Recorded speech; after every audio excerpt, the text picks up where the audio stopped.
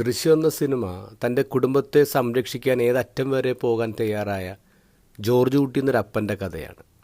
തൻ്റെ മകളെ ഉപദ്രവിക്കാൻ വരുന്ന പയ്യൻ ഒരു ആക്സിഡൻറ്റിൽ കൊല്ലപ്പെടുന്നുണ്ട്. പിന്നെ തൻ്റെ കുടുംബത്തെ സംരക്ഷിക്കാനുള്ള ഓട്ടത്തിലാണ്. അയാൾ ഫാമിലിക്ക് ട്രെയിനിങ് കൊടുക്കുന്നുണ്ട്. പോലീസുകാർ ടോർച്ചർ ചെയ്യുമ്പോൾ എങ്ങനെയൊക്കെ പിടിച്ച് നിൽക്കണേ, എങ്ങനെയൊക്കെ ഉത്തരം പറയണമെന്ന്. പക്ഷെ ടോർച്ചർ കഠിനമായി പറ്റിയ ഇളയ മോള് സത്യം തുറന്നു പറയാണ്. സിനിമയുടെ അവസാനം ഭാര്യ ജോർജ് കുട്ടിയോട് ഇങ്ങനെ ചോദിക്കുന്നുണ്ട്, അനുമോൾ സത്യം തുറന്നു പറയാതെ പിടിച്ചു നിൽക്കുമെന്ന് നിങ്ങൾ വിശ്വസിച്ചിരുന്നു? ജോർജ് കുട്ടി പറഞ്ഞു, ഇവിടെയാണ് എൻ്റെ കണക്കൂട്ടുകൾ തെറ്റിപ്പോയത്. നിങ്ങൾ മൂന്നുപേരും ഇത്ര പിടിച്ചിരിക്കുമെന്ന് എനിക്കൊരു ഉറപ്പുണ്ടായിരുന്നില്ല. നിങ്ങൾക്ക് സത്യം കുറച്ചും കൂടി നേരത്തെ തുറന്നു പറയാമായിരുന്നു.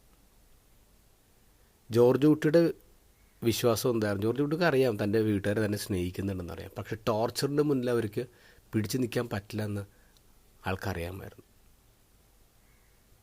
ഇത് ഗോസ്പൽ ഈശോയുടെ സിറ്റുവേഷൻ ഇതാണ്. ഈശോയ്ക്ക് അറിയാം തൻ്റെ മരണശേഷം ശിഷ്യന്മാർ അവരവരുടെ വഴിക്ക് പോകും, ഇവർ വീണു പോവും, ഈശോനെ ഇവർ തള്ളിപ്പറയും, ഇതൊക്കെ ഈശോക്ക് അറിയാം. പക്ഷേ ഈശോ അത് മുൻകൂട്ടി അവരോട് പറയാണ്. എന്തിനാ പറയുന്നത്? അതിനുശേഷം തള്ളിപ്പറഞ്ഞതിനെക്കുറിച്ച് ഓർത്ത്, വീണുപോയതിനെക്കുറിച്ച് ഓർത്ത് അവർ റിഗ്രറ്റ് ചെയ്യാതിരിക്കാനാണ്. അതുകൊണ്ട് ഈശോ പറയും, നിങ്ങൾക്ക് സമാധാനം ഉണ്ടാകേണ്ട ഞാനിത് പറഞ്ഞേ, നിങ്ങൾ അതിനെക്കുറിച്ച് ഓർത്ത് വിഷമിക്കേണ്ട. ഈശോയുടെ സ്നേഹം ഒന്ന് നോക്കിയേ. ഈശോയുടെ സങ്കടം എന്ന് പറയുന്നത് നമ്മൾ പാപം ചെയ്ത് ഈശോനെ ഹേർട്ട് ചെയ്യുന്നുള്ള സങ്കടമല്ല, നമ്മുടെ പാപം നമ്മളെ തന്നെ ഹേർട്ട് ചെയ്യുന്നുള്ള സങ്കടമാണ്.